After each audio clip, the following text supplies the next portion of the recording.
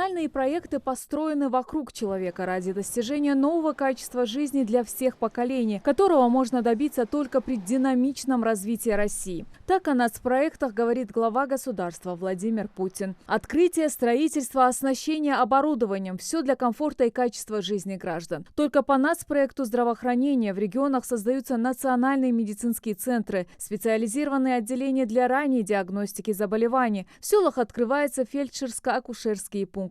Сразу 2 новых ФАПа недавно появились в высокогорных селах Ингушетии, в Арамхи и Джейрахе. Проживаю в Арамхи, вот в этом соседнем доме, уже больше 25 лет. Стройкой нового ФАПа у нас в Арамхах. Мы очень довольны этим, что у нас будет сейчас наконец-то выйти там с дома, вышел уже под носом ФАП. Это очень хорошее дело, конечно.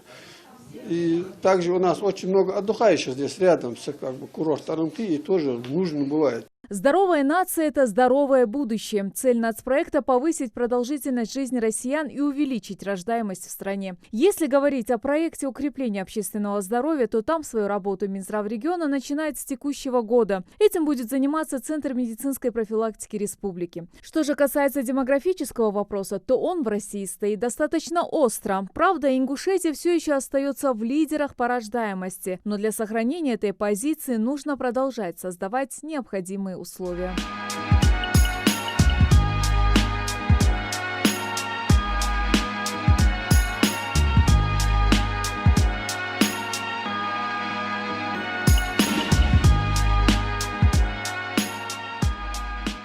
Если говорить о нацпроекте «Демография», то он рассчитан на 2019-2024 годы. Включает в себя 5 федеральных проектов. По линии образования в рамках проекта завершено строительство 4 детских садов, каждый из которых рассчитан на 220 мест. Уделили внимание и для ясельных мест. Если ранее в Ингушетии было всего 2 детских сада, где имелась ясельная группа, то сейчас практически каждое дошкольное образование в рамках нацпроекта «Демография» уже будет его в себя включать. Всего по нацпроекту запланировано строительство 19 дошкольных образований. В 2020 году у нас планируется начать строительство 1 детского сада, и в 2021 году будет начато строительство 7 детских садов.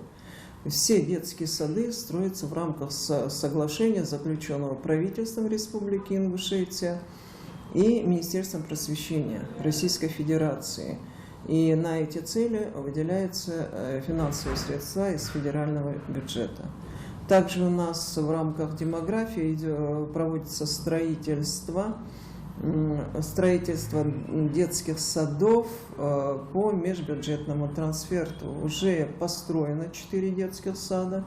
2 детских сада – это в сельском поселении Нестеровское и в сельском поселении Барсуки. По 220 мест они сданы, пролицензировали, они начали свою работу.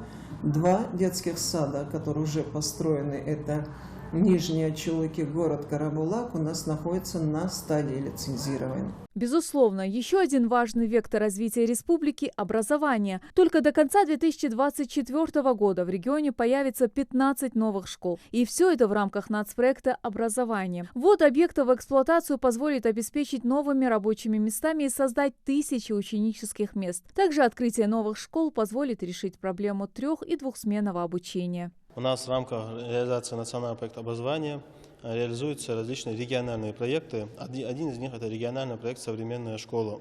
В рамках указанного регионального проекта у нас до 2021 года уже заключены соглашения, но сам проект у нас реализуется до 2024 года. В том числе в 2019 году у нас начато строительство 5 школ.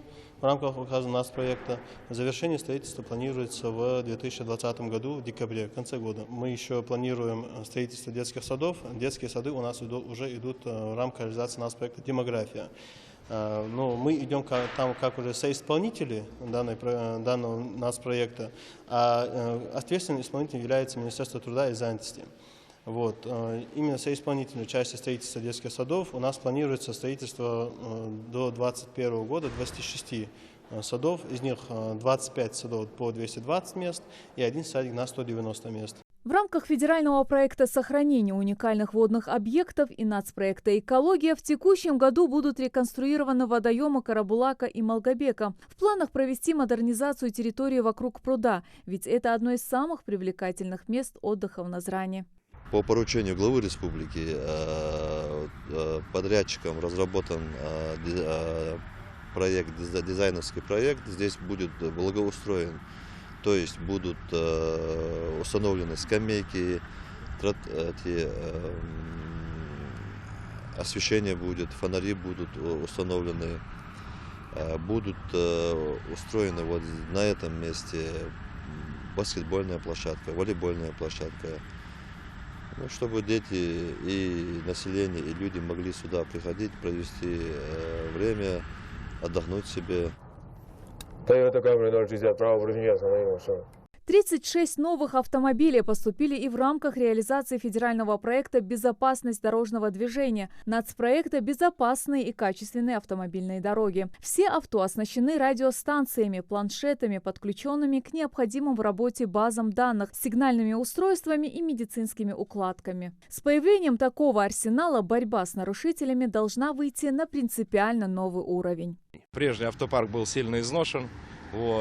Количество транспортных средств было явно недостаточным, эксплуатировался круглосуточный транспорт, в большинстве случаев не выдерживал, часто ремонтировался.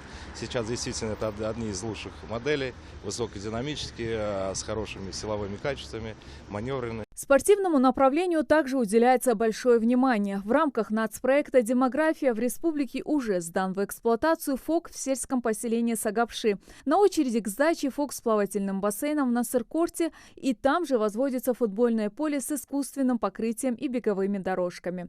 На сегодняшний день в Ингушетии всего около 22% людей, занимающихся спортом.